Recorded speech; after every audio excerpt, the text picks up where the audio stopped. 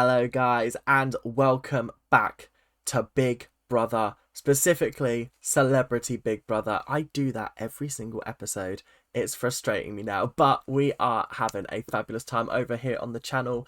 I gotta say, this season is really shaping up to be something really fun. Every single episode so far, I mean, we've only had like two highlight shows and then the launch show, but I just feel such a good vibe.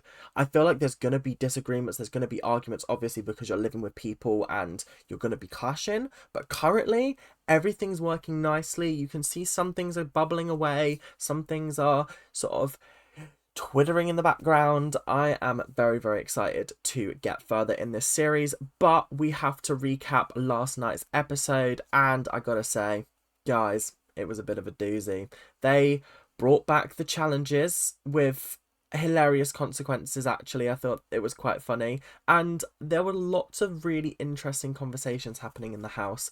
A lot of people are absolutely grilling some of the celebrities for information. They're doing the Lord's work and getting out there and getting us answers to questions that we have been wanting to know this entire time, and it's only day 3. What's going on in this series? Genuinely, I'm very excited to see what happens. So guys, if you are enjoying, make sure you hit the subscribe button, make sure you hit the like button, make sure you comment down below. I gotta say, guys, you guys are doing absolutely fantastic. I think last count we were at 664 subscribers, which is a bit crazy, a little bit kooky and a little bit awesome. I'm really, really happy about that. You guys are doing an absolute fab job. We're trying to get to 700 by the end of March. If we can get there earlier, that would be fantastic, and you guys would be amazing for that. But I'm not expecting miracles unless you guys are miracle workers. In that sense, you gotta make sure you're subscribing. That's all I've really got to say. I need to stop dragging out these little advertisements, and yeah, let's just get on with the video, shall we? So I've got a little intro to the episode thing worked out. There were loads of morning antics going off. I mean, before the lights had even come on in the bedroom, Fern and Gary were wide awake in the kitchen making a cup of tea. Levi was meditating. I have a feeling that these people are the kind of people that go to bed early, wake up early, whereas some of the other people in the house might not be like that. Yeah, I found it very, very interesting that they woke up before the lights even came on. I actually genuinely don't know what time the lights get turned on. I'm imagining if the live stream is on till like 2 in the morning, then I'm imagining that they are going to wake them up about 10ish, so they get at least 8 hours sleep, roughly. I think that's the vibe. I think that's the idea. But anyway, Gary mentioned that he was a multi-millionaire before he was even 30, and so he gets really frustrated when people sort of say that Kate was a commoner because she wasn't. She came from money, which I don't think anybody was under the impression that she didn't. Do you get what I mean? Marisha was doing a musical workout in the garden with Bradley, which I thought was absolutely fantastic. Really, really funny. And honestly, I feel like there are so many people in this series that are just good vibes. They're just happy people. That sounds really weird, but there are just some happy people in this series, and I'm really, really excited to keep watching them for the next... It's not even 3 weeks, is it? Oh, so disappointing. Then we had a couple of conversations with Louis. Lauren was talking to Louis about Simon Cowell and how she actually met Simon Cowell while she was like dancing on tables or something. And then she saw him years and years later when he was with Sunita, and she was with her ex-husband at the time, and they had a little catch up, and he was like, "Oh, you still dancing on tables? Ha ha ha ha." It was an interesting conversation about Simon Cowell. Louis cannot stop sucking him off. It's really uncomfortable to watch at times, because like he's like, "Oh yeah, yeah, he's a great guy. He's a great guy. Yeah. And just like going, and he was like, "Oh yeah, he must have fancied you, And I was just like, "What? Why? What? Just let her talk. Stop interrupting her." Very tell Lou, well, she's going to get on my nerves this series. Yeah. Is it bad that I want him out more than I want Gary out? Maybe that is a little bit bad. But Louis did dish the dirt on Brittany, and by dirt, it wasn't really dirt, but they were talking about the X Factor, and Louis was basically like, I didn't realize that the X Factor was as big as it was back in the day, um, and I was like, really? Because like when X Factor was big, which was when you were on it, let's face it, it was huge. Like it was the most watched British TV show at one point. Fact check that for me, but I'm fairly certain it was at least one of the most watched. Everyone talked about it week in, week out. It was around about 2012 that it started to go downhill and become less interesting. I think it was when Simon Cowell stepped away for the first time and Gary Barlow and that lot stepped in that it started to change a little bit. It was still good, but it just wasn't as good as it was. And then it just it just got to the point where there weren't any funny auditions anymore because it felt too overproduced. But anyway, moving on from X Factor, because that is a whole another story. We are going to talk about the whole Britney thing. So apparently Louis Walsh did 2 days on American X Factor or something like that. And he said that the whole time Britney had earplugs in and she was just kind of like a bit of a robot at times. And that was very interesting. And I saw a tweet that basically said ITV are kicking themselves because Louis Walsh has dished more Britney goss than Jamie Lynn Spears did when she was in the jungle, which I find really, really entertaining and funny. But yeah, it was an interesting conversation. Not who I expected to be spilling the beans about Britney, but here we go. Let's move on. One of the most hotly discussed moments of the episode had to be when Fern and Gary were having a conversation. They started off by talking about Meghan Markle, and I was like, oh, yawn, we had this conversation yesterday. But then it developed into sort of political leanings. We found out that Gary is a Tory. I'm not surprised there. And he also... Oh, I'll get onto the second bit in a little bit, but he said he's a Tory. He doesn't think that Rishi Sunak is a good Prime Minister. He was actually backing Boris, because he thought that he had done a decent job with the hand dealt to him. And Fern was just very much sort of... It was very much like an interview with Fern. Fern is so good at making you feel so comfortable and open, but still... It's an interview. Does that make sense? Like, I can tell that she's grilling him for information. And then Fern comes out and says, like, oh, I actually have put a bet on who I think the next Prime Minister is going to be. I think it's going to be David Cameron. I'm backing Cameron. And a lot of people on Twitter have mistaken that for her being a Tory. That she didn't explicitly say she was. All she said was, I've put a bet on who the next Prime Minister is going to be, and like my money is on Cameron, so I'm backing Cameron. I don't think she's like supporting him. She just wants to win the bet. Do you know what I mean? It's that kind of thing. I don't think that she was making a comment about her political leanings. So let's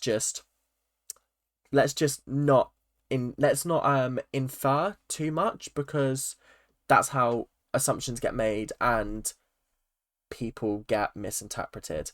But Mr. Gary very explicitly said he was a Tory, and then he started talking about how he thinks that the world is a safer place with Trump in it because Trump is willing to press the like nuclear armed button. And I was like, that makes absolutely no sense, because how are you saying that the world is a better place or a safer place when someone who is willing to press the nuclear launch codes into the device or whatever, how is that safer? That's just mutually assured destruction. What is going on here? What's happening? Oh yeah, Gary, I hate to say it, but I think you've signed your eviction notice for this week. I think you've signed the deal.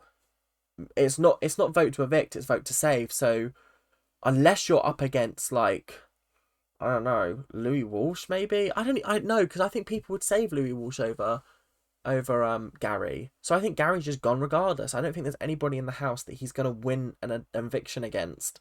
So bye Gary, enjoy the rest of your week, I guess. Speaking of Gary, Ekin Sue asked the question that we all wanted to know. Where is Kate? She's been missing since January when she had her op, and she's been pictured for the first time in weeks and weeks and weeks, and she looks like gravely ill. So clearly something's going on. I'm very interested. I'm very into the whole conspiracy theory thing.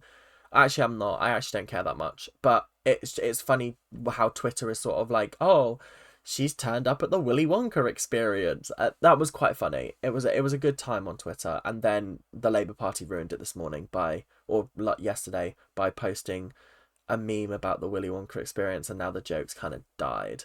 So yeah, on the whole, it was great that Ekin-Su kind of did what we were all wanting to do and ask where is Kate, and he basically said I can't comment on it, but when something's announced, then I can make an opinion. I can give an opinion on it, which makes me feel like that's not to do with an illness. Am I the only one that feels that way? Very, very interesting. But Ekin-Su was also talking about Davide later on, and she mentioned that I think she said Davide hurt her, which I find really heartbreaking. On that season especially, it was really sort of Ekin-Su that I was back in, because she had such a magnetism. Is that a word? I don't know, but sort of like she had such a magnetic personality that just made me go, oh, she's just someone you want to hang out with. Do you know what I mean? She's just someone you wanna chill, laugh, and chat with, and she seems like such a lovely person. So it does suck that her relationship with Davide broke down, but things happen for a reason at the end of the day. I never particularly saw the spark between them in the house, in sort of like the villa even, but like clearly there was something there because they only broke up like a month or two ago. So clearly something was good. Do you know what I mean? For a while at least. And then the last thing I wanted to talk about was her soap days. Apparently she was on like a Turkish TV show or something like that, and she got killed off during COVID. And she had to get shot or something. It was quite funny, and then she recreated her death scene, and it was absolutely hilarious. Ekin-Su, you and Fern, my top two so far. I'm really enjoying both of you at the moment. You're actually making me really chuckle and delivering some high quality content, I've got to say. We're going to move on to Sharon's interviews with each of the Danger Zone people, and I gotta say, they were absolutely fascinating. Again, Sharon is someone that really understands the assignment and definitely can grill people, interview them, I guess, and sort of give them advice on their trouble. It really did feel like a therapist couch at times. Gary was up first, and he was basically talking about how he doesn't want to be famous, but also that he wants to change perceptions on him. Am I the only one that feels this way? But like, I didn't have any perceptions on him until he came into this house. He describes himself as like the black sheep of the royal family. He's not even in the royal family. Let's be honest. He's the uncle to the future queen, but like he's not connected to the royal family by like the royal family, not their spouses, by anything at all. So it really just screams Klingon. But I'm not gonna be nasty about that. But he's like, I don't want to be famous. I just want to set the record straight. You could do that in an interview. You could do that. You don't have to go on to a reality TV show, which, let's be honest, is mostly used by people to get themselves just a little bit more famous. And then you're saying, oh, I don't want to be famous. Why are you here then to set the record straight? What record? Because I'm not being funny. I don't know what you've done. And, well, I do know now that I've researched it. Apparently he got drunk and attacked his wife. But my point is that I don't think... I don't know. I wouldn't want that person in my house. Yeah, I don't know. It's weird. It's uncomfortable. And then Sharon was basically just giving him a third degree. Was like, I don't believe you. I don't believe this. And I was like, rah, she's on one, but she's also absolutely 100% valid. So, is what it is. But moving on to David. David was saying that he often gets judged very quickly, and then people start to learn more about him, and that's how they become friends with him. And Sharon really does seem to like David now. She said, like, I was really put off by the way you dressed when you came in. Like, I'm not a prude, but I was like, Rob, what's going on here? And then the more I got to know you, the more I was like, wow, he's actually quite a chill guy and he's really lovely. And it was, he also said that he wasn't shocked to be nominated because, like he said, he usually gets judged very quickly and he's just hoping that he doesn't get nominated now. But I think from these interviews, it was very obvious who she was going to pick because the way she spoke to David and Zizi compared to the way she spoke to Gary was very, very different. So, yeah, but more on that in a little bit. As for Zizi, Zizi explained the nightclub incident. Now, I didn't know who Zizi was, and I think, like, I did a little bit of background research, and there was an incident at a nightclub where her and her party were turned away because one of them was too black and the other one was too fat. And that is a crazy story for one. And secondly, like, I'm not surprised that she wanted to get into activism and sort of speak out and make a voice. The way she spoke about it was very like, okay, you've cracked the code. You know how it works. You know what to do. I'm just gonna let you go on with it because, like, you clearly have worked out the brand for you, and you're coming in here to show that you're not just that person. You are this kind of person, and I think that's great. I think that's actually what most people are wanting to do. That's kind of what Gary was saying, but he was doing it under the guise of, I don't want to be famous. And I was like, I don't believe that at all, or in the slightest. I don't believe that at all. Whereas Zizi was like, I just want people to see this side of me so that they can see that I'm not just that vocal, opinionated woman that they see on the internet. I am actually a really lovely person. And she's doing a good job of that because I really like Zizi at the moment. She's doing fantastically. So, yeah. As for who Sharon nominated, oh, it was a little bit awkward. They broadcast it on the screen in front of everyone, and Gary got her killer nomination. She basically quoted everything he said to her back to Big Brother and was basically like, I feel like he's awkward and uncomfortable, and I feel like he won't benefit from being in here as much as some other people, and it yeah, and just kept on going, and it was like it was a bit brutal, but then, like, you remember that he is a bit of a dick in real life, and you're like, yeah, why are you even in here? Do you know what I mean? Like, what is actually going on? What actually happened here? What? Anyway, it is what it is. Gary has been nominated. He will face eviction on Friday. Tomorrow, or tonight technically, is nominations, so a nomination video will be out tomorrow. I'm very, very excited, I gotta say. And the eviction tomorrow, is it Thursday today? Yeah, it is. So the eviction is tomorrow. Oh my god, the eviction's tomorrow. How has this week gone so fast already? I'm about to have a breakdown. Time to talk about Day at the Races. Day at the Races was something else. It was an odd challenge because I actually can't believe this actually aired on TV. Like, it was a bit ridiculous and a bit stupid. 4 of the housemates had to be jockeys. 4 of them had to be horses, and then 4 of them had to be bystanders, I guess. I didn't really understand what the fourth group was, but it was sort of made up of the elderly, I say elderly, the sort of older housemates like Louis, Fern, Levi, Gary, and then Sharon was like the announcer. I feel like they've done everything they can to just give Sharon a really easy time, hoping that she'll be like, I'll stay another week.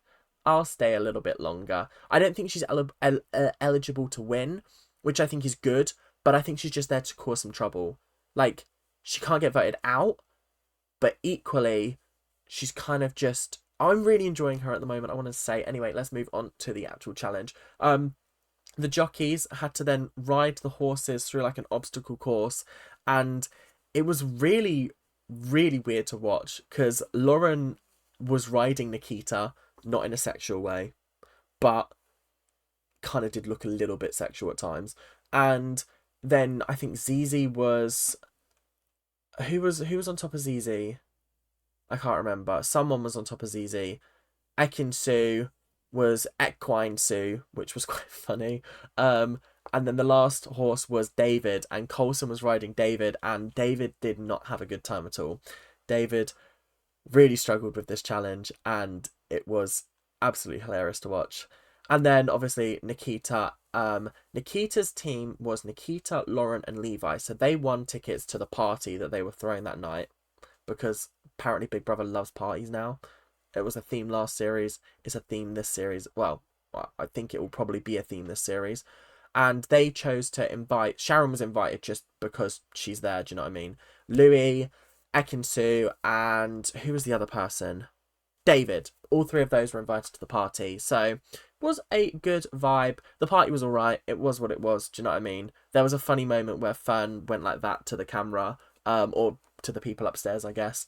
So, yeah, on the whole, a good challenge. It's fun to just like make the celebrities do stupid things, and this was definitely a stupid funny thing for them to do. So yeah, I enjoyed myself. It's time for iconic quotes and moments, and up first we have Bradley with "Are Shreddy's carbs?" It was a great moment at the start of the episode. Really caught me off guard. They like to just leave us on like funny lines and then move immediately on to like the next scene. And it just had me cackling, and I think I missed the first few lines of the next part. So yeah, big up Bradley for that. Well done, well done. Next up, we have a musical performance by Levi and the Roots. I honestly, I wish I could have seen them practicing this, because like it's day 2 already and they're already making music. And I think Sharon was the only one that didn't get involved at all. Lou was sitting there judging, but the rest of them were singing and dancing in the... Oh, it was so bad, but it was so good at the same time. It was genuinely like, you know, when you're kind of like watching through your hands because you're like, this is so cringy, but I'm having the best time ever. Yeah, it was a real good moment, and definitely an iconic one. I can't believe they've lost their mind and started making music already. It's day 2. Day 2. One of the best moments right near the end of the episode was David being called to the diary room and being asked something about, oh, I think it was like, oh, are you glad that you're down from nomination? And he was like, yeah. And then he ended off his little thing by going, is there any chance of getting a Chinese? David, got big love for you at the moment. You're very funny, and everything you say is hysterical. So I hope big things are coming your way after this. Yeah. And the final thing I want to talk about is Gary falling out of bed. Gary rolled out of bed.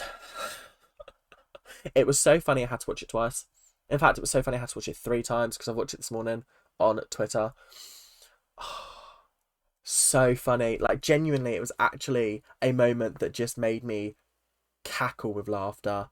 Really had a fab time watching it. But that is all we have time for today. I hope you guys enjoyed, and make sure to hit that like button, make sure to comment down below, and hit the subscribe button.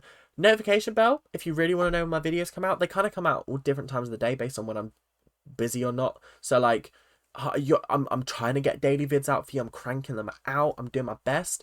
But there is going to be next weekend I go to Disneyland. So like, I might do some vlogs. Would people be interested in vlogs? That could be quite cool. And also I'm going to probably upload the traitors for the time whilst I'm in Disneyland, and then I'll catch up on Big Brother once I'm back. It's probably the best way to do it. It's unfortunate, I know, because especially because it's like leading up to the final. It's not great timing, but is what it is. I was hoping that Big Brother would be on a little bit earlier this year, but it is what it is. Anyway, make sure to subscribe. We're on our way to 700. You guys can do this. I will see you guys in the next episode. Keep on ranting. Bye now.